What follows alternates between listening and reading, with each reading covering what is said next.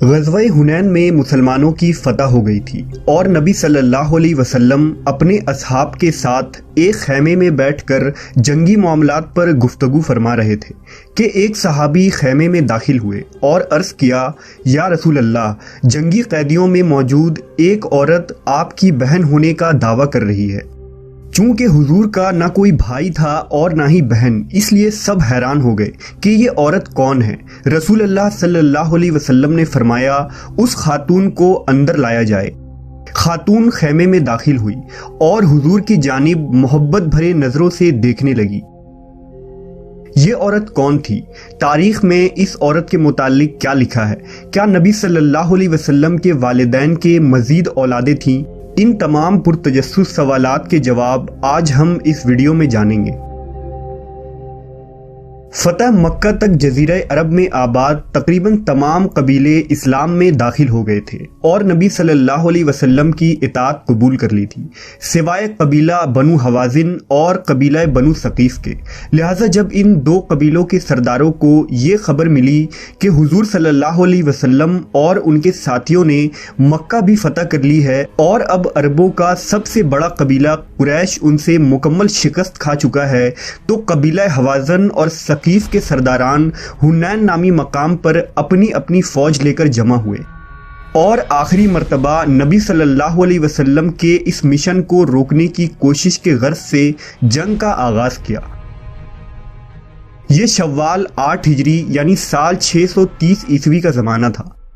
جب حضور کو اس کی خبر ہوئی تو آپ 10,000 صحابہ مکہ سے اور 2,009 مسلموں کو لے کر حوازن کی جنگ کے لیے روانہ ہوئے۔ نبی صلی اللہ علیہ وسلم خود اس جنگ کے رہنما تھے۔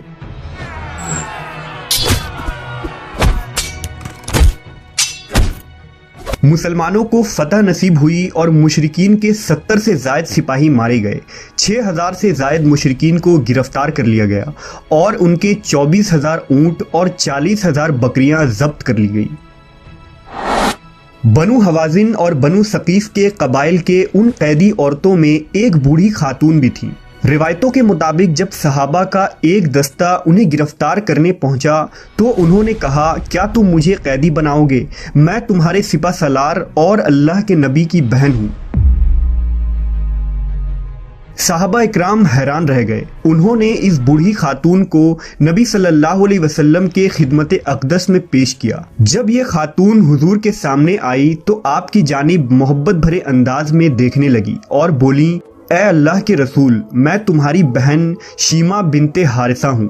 نبی صلی اللہ علیہ وسلم نے ماضی کی یادیں ٹٹولتے ہوئے فرمایا، ہاں، بنی سعد میں میری ایک بہن کا نام شیما تھا۔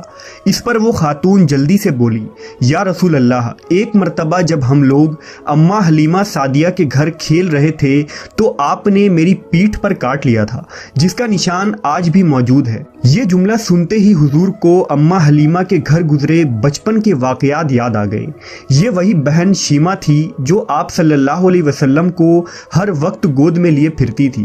آپ کی سنائی ہوئی لوریاں، پیار و محبت کی باتیں حضور کی ذہن میں محفوظ تھی۔ حضور صلی اللہ علیہ وسلم کی یادیں تازہ ہو گئی۔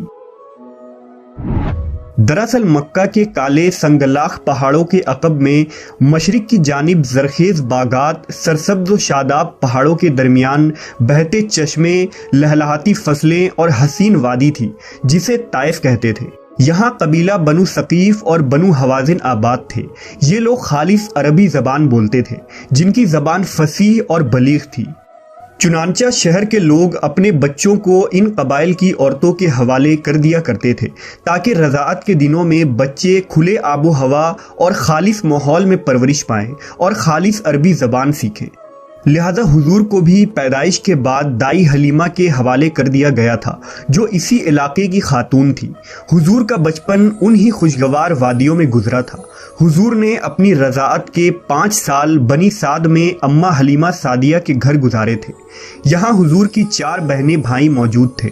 یہ دائی حلیمہ کے اپنے بچے تھے جن کے نام عبداللہ، انیا، حذیقہ اور حذافہ تھے۔ تاریخ میں حذافہ شیما کے نام سے مشہور ہوئیں۔ سیرت ابن حشام میں لکھا ہے کہ حضرت شیما بچپن میں حضور کو ہر وقت گود میں لیے رہتی تھی اور لوریاں دے کر سلاتی تھی۔ اس لوری کا ترجمہ یوں ہے کہ اے ہمارے رب، ہمارے لیے محمد کو باقی رکھنا تاکہ میں انہیں سردار کے روپ میں دیکھوں، اور اے اللہ ان کے دشمنوں اور حاسدوں کو ذلیل و رسوا کرنا اور محمد کو دائمی عزت عطا فرمانا۔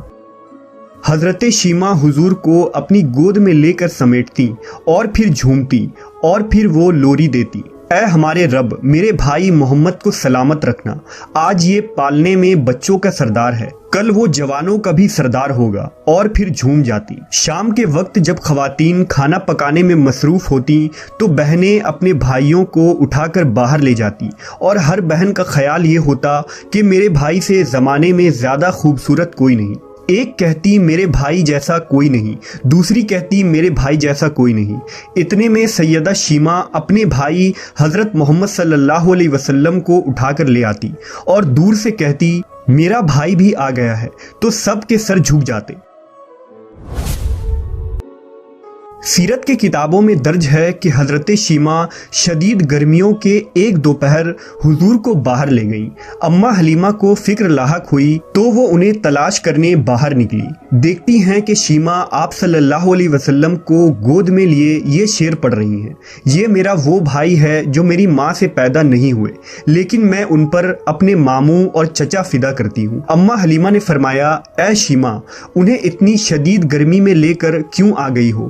عرض کیا اماں جان، انہیں گرمی نہیں لگ رہی ہے کیونکہ دھوپ سے حفاظت کے لیے ان پر ایک بادل سایہ کرتا رہتا ہے، جب یہ چلتے ہیں تو وہ بادل بھی چل پڑتا ہے، اور جب یہ رک جاتے ہیں تو بادل بھی رک جاتا ہے۔ اس طرح وقت تیزی سے گزرتا رہا، دن مہینوں میں اور مہینے سالوں میں بدل گئے۔ حضرت شیما جوان ہو گئی اور ان کی شادی بنو ثقیف میں کر دی گئی۔ 5 سالوں بعد حضور واپس مکہ چلے گئے۔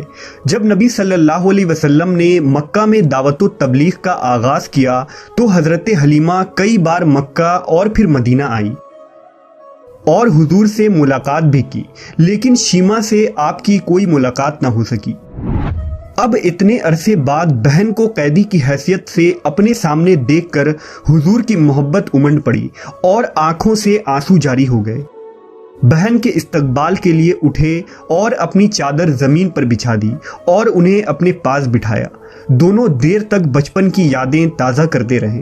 صحابہ کرام ارد گرد کھڑے باتیں سن رہے تھے اور ان کی آنکھوں سے آنسو جاری تھے۔